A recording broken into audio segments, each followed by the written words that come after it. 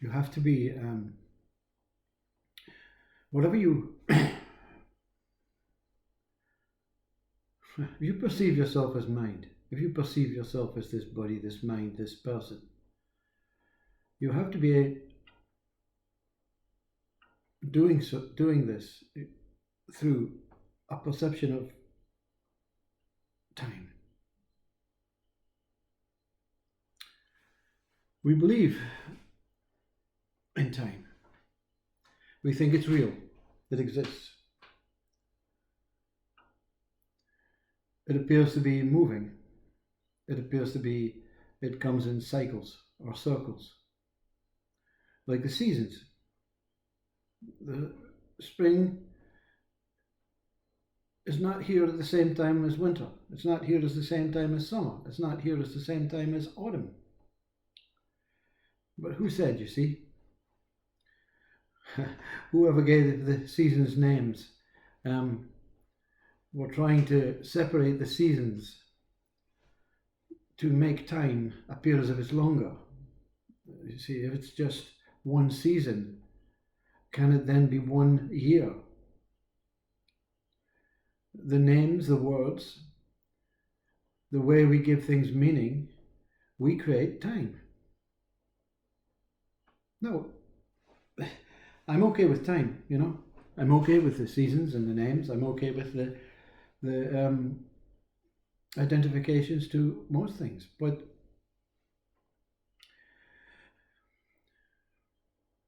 when you look at the world and you look at yourself as a time world, a time body, a time experience,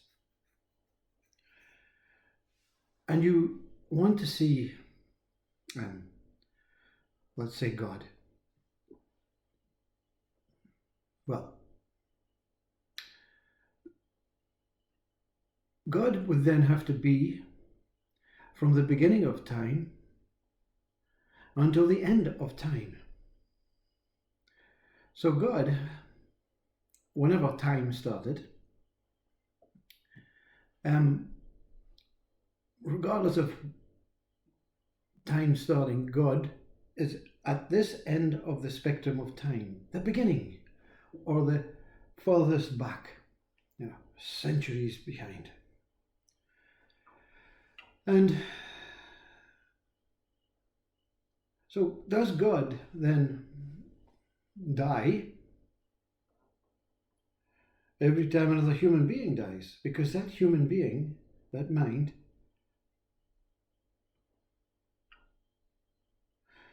knows life, and life never dies. Okay, you can say you die, your life dies, the end of you dies. Okay, I'm okay with that, right? But life itself, it never dies. You know, when you've experienced someone dying, whether it's on the television or a close family member, and life didn't stop. It didn't stop for you, it didn't stop for God, it didn't stop for anybody. It's continuing to go on. So when you create time, when you believe time, when you start identifying with different hours, different minutes, different seasons, different years, different centuries, different dates on the tombstones, different all these numbers and words that make up ways to divide up or to create time, you see? The tombstone, John Smith, born 1952, died 2021. You can work out the time that the body lived. So anyway, God therefore becomes the whole of times. How can you see God in its entirety, you see? You have a lifespan. Yeah, that's what you say. You have a lifespan. It may be 50, 60 years, 70 years, 80 years. Okay? And what happens is, if God exists, God can have no lifespan. It has to be infinite lifespan. So how can you see God as a time God, as a time being, as a time mind?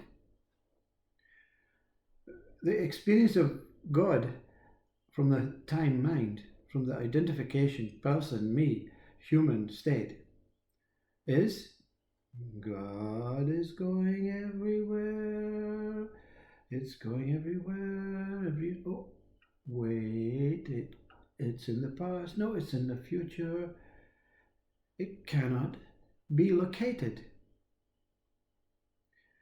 The beauty of ego is that you can be located. It gives you a name, I. So you can locate your partner, and your partner can locate you as an individual thing, as a time body, as a lifespan. Born, dead, was real. God is unlocatable, but it's located in every moment. Now, the idea of enlightenment, the idea of awakening, the idea is to remove time. To remove time, you have to remove all thoughts, all ideas, all information, all inherited knowledge. Not this. Whatever you say, not this. Whatever you say, not this. When the body breathes, not this. No, not this. No.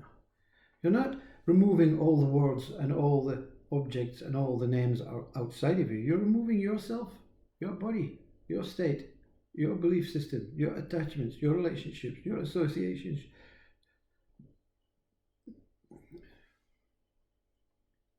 So, time is infinite.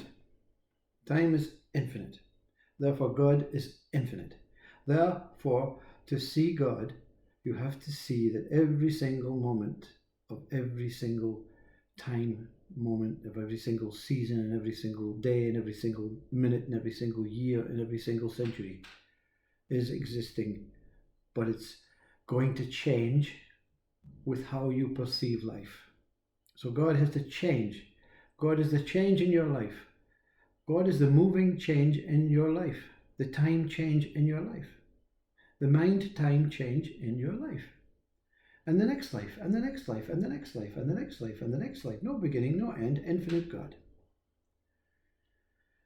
In enlightenment, you shrink time. You shrink time. Because the minute you remove the ideas of seasons, sun, centuries, dates, births, associations, needs, beliefs, hopes, attachments, you stop operating as a time body. It's very fearsome.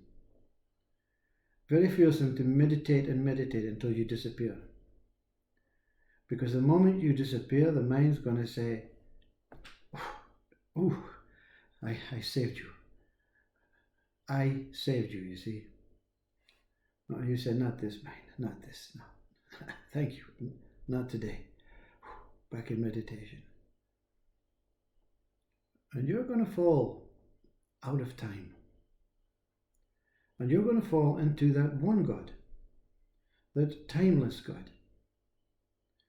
Because time is just a made-up idea, because God is one moment, one still, stable, unchanging, unmoving moment.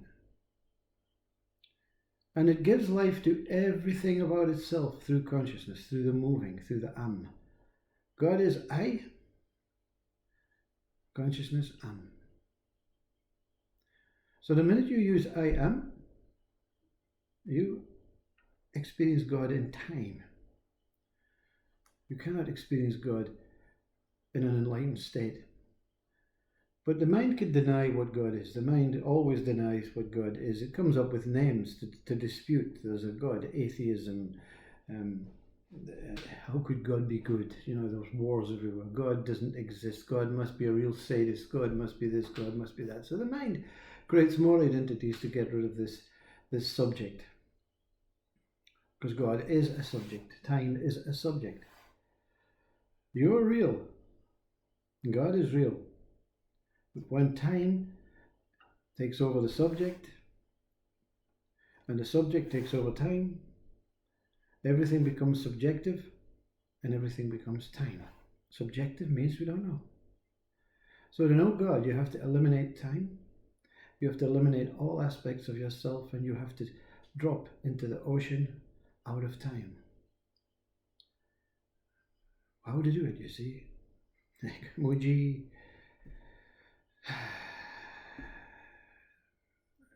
I don't know, many who are living, who are able to help you, guide you into that way. I'm not a teacher, you see. A teacher is a time idea, a time, it's a name. You know, I can do it to myself, but I have no right to teach anyone else in this world. Then there's only one teacher, and that's God, consciousness God. And that can be found within your eye.